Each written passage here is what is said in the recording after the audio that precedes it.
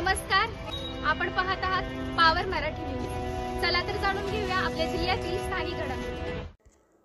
नेवरी पंचायत समिती गणातून जगदीश महाडिक यांच्या उमेदवारीच्या चर्चेला गती।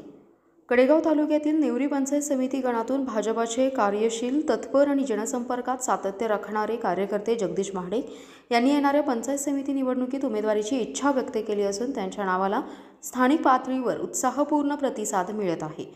महाडिक यांनी गेल्या 40 वर्षांपासून भाजप संघटनेत मनापासून काम करत गावोगावी पक्षाचा झेंडा मजबूत केला आहे। पक्षाच्या विविध उपक्रमात सक्रिय सहभाग, ग्रामविकासाशी निगडित प्रश्नांवर पाठपुरावा, नागरिकांच्या समस्या सोडवण्यासाठी घेतलेली धडपड आणि नेहमी उपलब्ध राहण्याची त्यांची वृत्ती यामुळे ते नेवरी गणातील ओळखले जाणारे जनहितैषी नेतृत्व ठरले आहे। या पंचायत समिती गणात भाजपच्या माध्यमातून केलेली विकासाभिमुख कामे, संघटन मजबूत करण्यासाठी केलेला परिश्रम आणि स्थानिक प्रश्नांवरील अभ्यासदृष्टी यामुळे कार्यकर्त्यांमध्येही त्यांच्याबाबत सकारात्मक वातावरण आहे।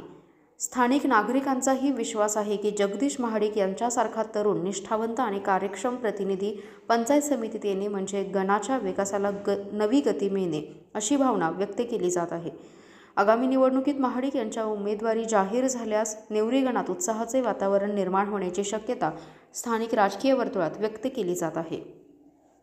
Special report, power Marathi news. मी जगदीश रामचंद्र महाडिक, मुक्काम पोस्ट नेवरी, तालुका कडेगाव, जिल्हा सांगली। मी आजपर्यंत माननीय पृथ्वीराज बाबा देशमुख यांच्या नेतृत्वाखाली पहिल्यापासून आजपर्यंत काम करत आलो। माझ्या कामाचा आलेख बघून बाबांनी माझी सांगली जिल्हा चिटणीसपदी भारतीय जनता पक्षाच्या निवड केली आणि सातत्यानं माझ्या कामाचं तिथून पुढे स्वरूप चांगल्या पद्धतीने चालू झालं।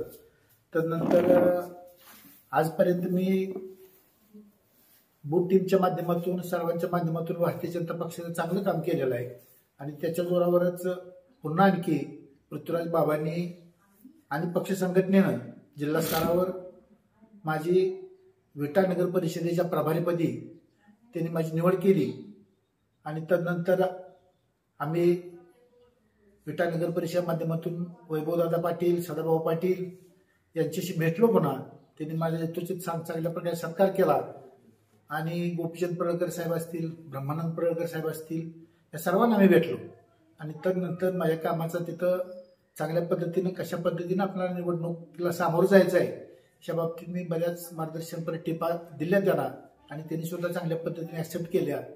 तरी सुद्धा त्यांनी भारतीय जनता पक्षामध्ये चांगल्या पद्धतीनं आपल्याला ह्या निवडणुकीला कशा पद्धतीने सामोरं जावं लागेल या पद्धतीनं त्यांचं घोडदौड चांगल्या पद्धतीने चाललेली आहे।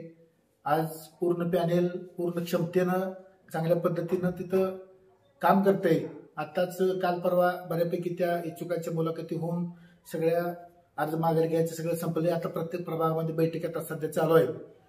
प्रत्येक प्रभागामध्ये आजपर्यंत विटा नगर परिषद माध्यमातून, सदाभाऊंच्या माध्यमातून आणि वैभवदांच्या माध्यमातून त्यांनी विटा नगर परिषदेचा मला वाटते 3 ते 4 वेळा सलग पुरस्कारही त्यांनी मिळवला। कारण पुरस्कार असा कोणालाही दिला जात नाही, कारण त्या कामाचा आलेख किंवा त्या कामातली विटा नगर परिषदे कामाची एकवाक्यता आणि सुसूत्रबद्धता असल्यामुळेच त्यांना राज्यस्तरीयवर त्यांना चांगल्या पद्धतीनं यश प्राप्त झालं आणि त्यांची निवड पण झाली।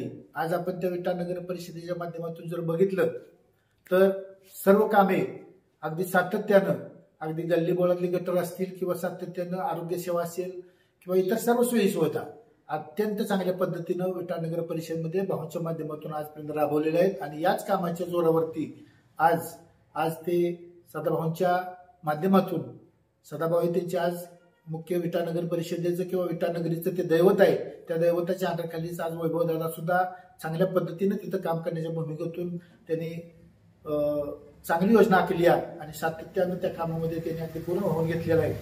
त्यांच्या बाबतीत फारसं काय बोलायची गरज नाही, कारण सगळं विटा नगरीला ते सगळं माहीत आहे ते कशा पद्धतीनं काम करतात। त्यामुळं येणाऱ्या इलेक्शनमध्ये निश्चित स्वरूपानं 13च्या 13 प्रभागातील सर्व उमेदवार हे चांगल्या पद्धतीने निवडून येतील ह्यात काही शंका नाही। त्यातच आणखी ब्रह्मानंदजी पडळकर साहेब आहेत, पृथ्वीराज बाबा देशमुख आहेत, ही सर्व मंडळी ताकदीने तिथे उतरलेले आहेत आणि त्यांना आपल्याला हर हालत या विटा नगर परिषदेमध्ये भारतीय जनता पक्षाचा झेंडा या चांगल्या पद्धतीने कसा फडकेल या बाबतीत सातत्याने ते प्रयत्न करत आहेत। मला विश्वास आहे इथून पुढच्या या 3 तारखेला 2 तारखेला मतदान होणार आहे.